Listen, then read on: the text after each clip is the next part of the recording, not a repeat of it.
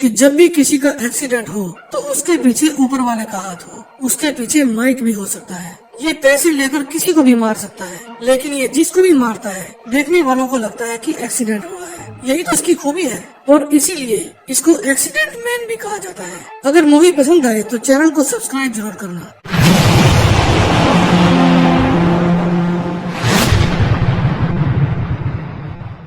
Mic जिस जगह पर वारदात को अंजाम देता है उसके बाद वो जगह बदल लेता है। अभी फिलहाल ये माल्टा में रह रहा है। यहाँ ये चिल मारने के लिए आया है, लेकिन एक कॉन्ट्रैक्ट किलर की लाइफ में चैन की सांस कहाँ। वहाँ एक कुंफू गर्ल जिसका नाम वोंग है माइक को पीटने के लिए आती है। वो कराटे कुंफू सब चीजों में माहिर है, इसीलिए वो माइक को खूब पीटती है। और माइक का फेवरेट 4K टीवी जिसमें वो मूवी ज्ञान की फिल्में देखा करता था वो भी तोड़ देती है। वो माइक को नॉकआउट करने ही वाली थी, तभी माइक कहता है कि बस करो और वोंग रुक जाती है। दरअसल ये कोई किलर नहीं बल्कि ये माइक की दोस्त है और माइक को कुंफू सिखाने के लिए या फिर यूँ कहूँ कि माइक को पीटने के पैसे लेती है। फर्स्ट टाइम ये माइक को एक बार में मिली थी, वहाँ वो वेटर्स थी। माइक उसे पैसे देता है और कहता है कि अब हम अगले हफ्ते मिलेंगे। वो कहती नहीं, उससे पहले।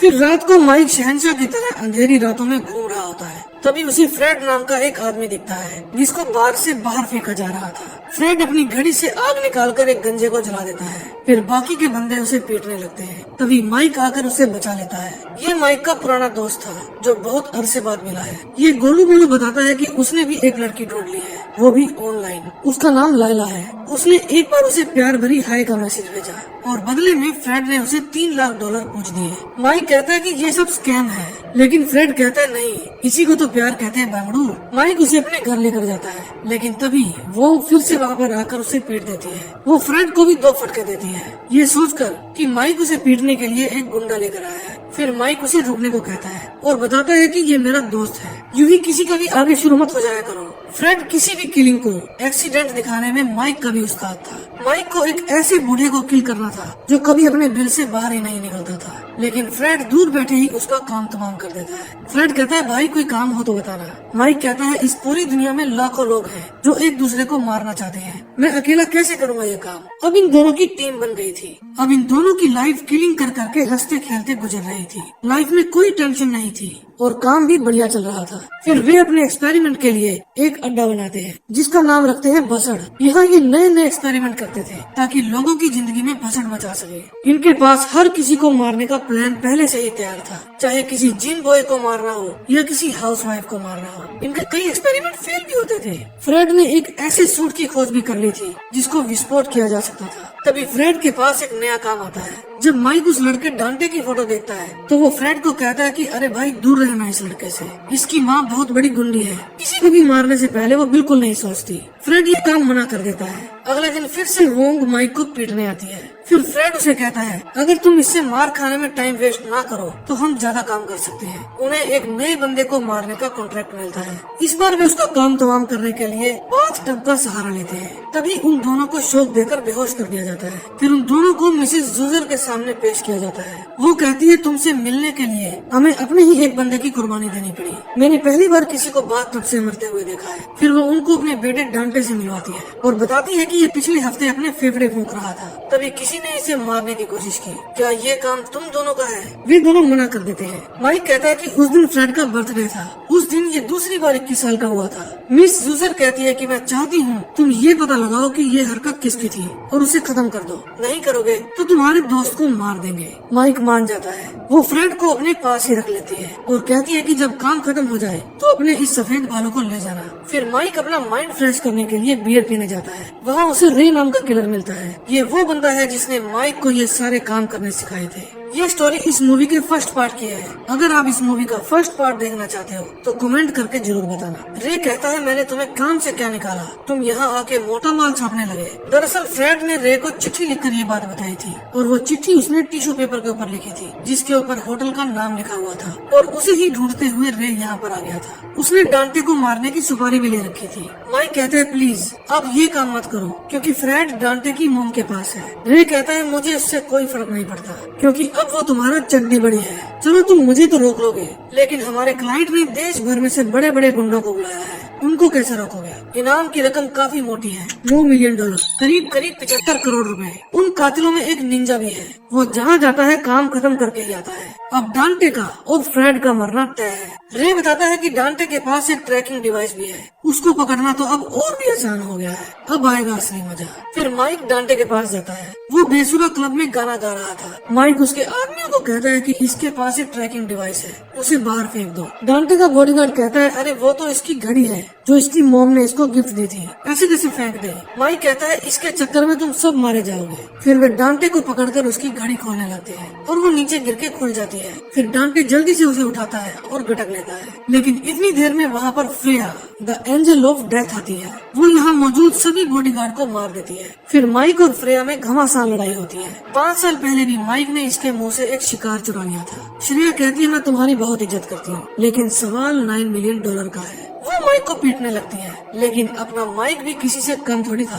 तभी एक प्लेट आकर माइक के सिर पर लगती है। फिर माइक उसे कहता है, अबे येड़े, तू मेरे साथ है या उसके? फ्रेया डांटे को मारने ही वाली थी, लेकिन माइक आलू छीलने वाले चाकू से उसका काम तमाम कर देता है। फिर वो मिसेस यूजर को फोन करता है और उसे बताता है कि इस गधे ने घड़ी निकल ली है, इसी के कारण किलर इसको ढूंढ पा रहे हैं। वो कहती है, कुछ भी हो जाए, इसको कुछ होना नहीं चाहिए। फिर माइक डांटे को कहता है, अबे गधे, तू मुझे ये बता के तू आखिरी बार टॉयलेट कब गया था? फिर माइक उसे जबरदस्ती लूज मोशन लगने की दवाई देता है। फिर वो उसको अपने अड्डे पर ले जाने लगता है, लेकिन तभी वहाँ पर बिल्लू कालिया आ जाता है। उसका हेयर स्टाइल कछुआ छाप अगरबत्ती के जैसा था। वो भी उस खरगोश को मारने के लिए आया था। इसकी एक खासियत थी, ये खून को टेस्ट करके उसका ब्लड ग्रुप बता सकता था। अब ये माइक और डांटे का भी खून पीना चाहता था, लेकिन माइक इसका भी काम तमाम कर देता है। फिर माइक वोंग को फोन करके अपने नए अड्डे पर बुलाता है और डांटे को अपने नए अड्डे पर ले जाता है। वो डांटे को एक बाल्टी देकर कहता है, तुम्हें गीला पीला ढीला जो भी करना है इसके अंदर कर डालो। तुम्हारे पिछवाड़े से जो जीपीएस का सिग्नल निकल रहा है, मुझे वो बंद करना है। एक काम कर, तू नींद ले ले, क्योंकि डाइजेस्टिव सिस्टम झपकी मारने के बाद तेजी से काम करता है। और वो घूसा मार के डांटे को सुला देता है। तभी वहाँ पर अगला किलर आ जाता है और माइक उसको एक फटका देता है, लेकिन वोंग उसके अखरोट तोड़ देती है और कहती है, खुद ही बुलाते हो और खुद ही मारते हो। तभी वहाँ पर ब्रैड पिट की सस्ती कॉपी आ जाती है। वो माइक को कहता है कि वो गुठली कहाँ है, मैं उसको ही मारने आया हूँ। माइक कहता है, अपना ये नकली थोड़ा लेकर यहाँ से निकल ले। तभी वहाँ पर पोको द किलर क्लाउन आ जाता है। उसको कितना भी पीट लो, उसको कभी दर्द नहीं होता था। वो जोकर माइक की नाक में दम कर देता है, क्योंकि उसे कितना भी मार लो दर्द ही नहीं होता था। उधर वोंग और नकली ब्रैड पिट आपस में लड़ रहे थे। वोंग उसके ऊपर भारी पड़ती है, तभी डांटे को होश आ जाता है और उसे प्रेशर हो जाता है। फिर वो अपनी तशरीफ को बाल्टी पर टिकाता है और अपना पूरा जोर लगा देता है। उधर उन दोनों में फाइट चल रही थी, लेकिन कोई भी अभी तक नतीजे पर नहीं पहुंचा था। माइक को ये समझ नहीं आ रहा था कि ये कार्टून मरने आया है या मारने आया है। वोंग भी नकली ब्रैड पिट को खूब पीटती है और उसकी उंगलियां तोड़ देती है। उधर डांटे को भी अपने पापों की सजा मिल रही थी, क्योंकि घड़ी बाहर आने का नाम भी नहीं ले रही थी। लेकिन जोर लगाने पर डांटे को उसकी मंजिल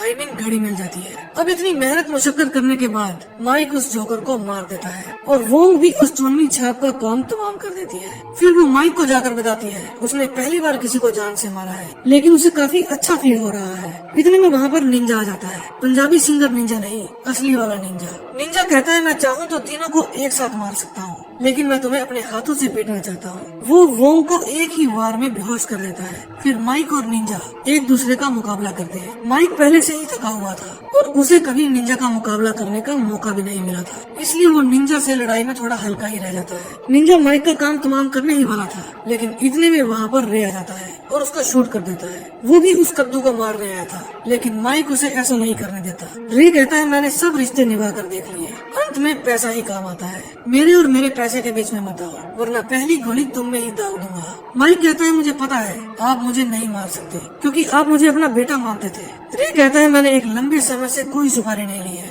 ये मेरा लास्ट काम है और मुझे करने दो। माइक उसे लंबा चौड़ा भाषण देता है। वैसे तो रे बड़ा सख्त लौटा था, लेकिन यहाँ वो पिघल गया। फिर वो डांटे की घड़ी तोड़ देता है ताकि कोई और उसे ट्रैक ना कर पाए। डांटे रोने लगता है, क्योंकि ये उसकी मम्मी ने गिफ्ट की थी। रे कहते हैं, तू भी तो तेरी मम्मी ने दुनिया को गिफ्ट ही दिया है। चलो इस मूली को लेकर इसकी माँ के पास चलते हैं और अपने फ्रेंड को वापस लेकर आते हैं। अब वोंग को भी होश आ गया था। अगले सीन में हम देखते हैं कि माइक और रे डांटे को फ्रेंड का बनाया हुआ सूट पहनाकर उसकी थोड़ी शक्ल सूरत सुधार कर उसकी माँ के पास लेकर जाते हैं। माइक उस घोंचू को उसकी माँ के हवाले कर देता है और फ्रेड को वापस लौटाने के लिए कहता है। मिसिस जूजर अपने वादे के मुताबिक फ्रेड को वापस लौटा देती है और कहती है, अब तुम इस आइलैंड पर नजर मत आ जाना वरना जिंदा नहीं बचोगे। डांटे कहता है, मम्मी अभी क्यों नहीं मारती इनको। फिर रे फ्रेड से मिलता है और कहता है कि देखते हैं तुम्हारे काम में पहले जैसा दम है या नहीं। फिर रे रिमोट का बटन दबाता है और डांटे अपनी मॉम और अपनी गैंग के साथ उड़ जाता है। उनको देख के वे बहुत खुश होते हैं क्योंकि अब उन्हें $9 मिलियन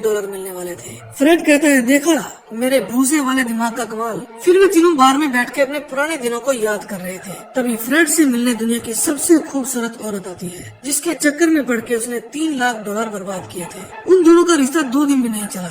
जब उसे पता चला कि फ्रेड लोगों को मारता है, वो वहाँ से डरकर भाग गई थी। अब रे ने फैसला किया था कि डांटे को मार के जो $9 मिलियन मिले थे उससे वो अपनी जिंदगी का नया चैप्टर शुरू करेंगे जो कि और भी धमाकेदार होगा। इसी के साथ ये मूवी यहीं पर खत्म हो जाती है। दोस्तों, जब भी इसका 3rd पार्ट आएगा मैं उसको आपके लिए लेकर आऊंगा, लेकिन अगर आप इसका 1st पार्ट देखना चाहते हो तो कमेंट करके जरूर बताओ।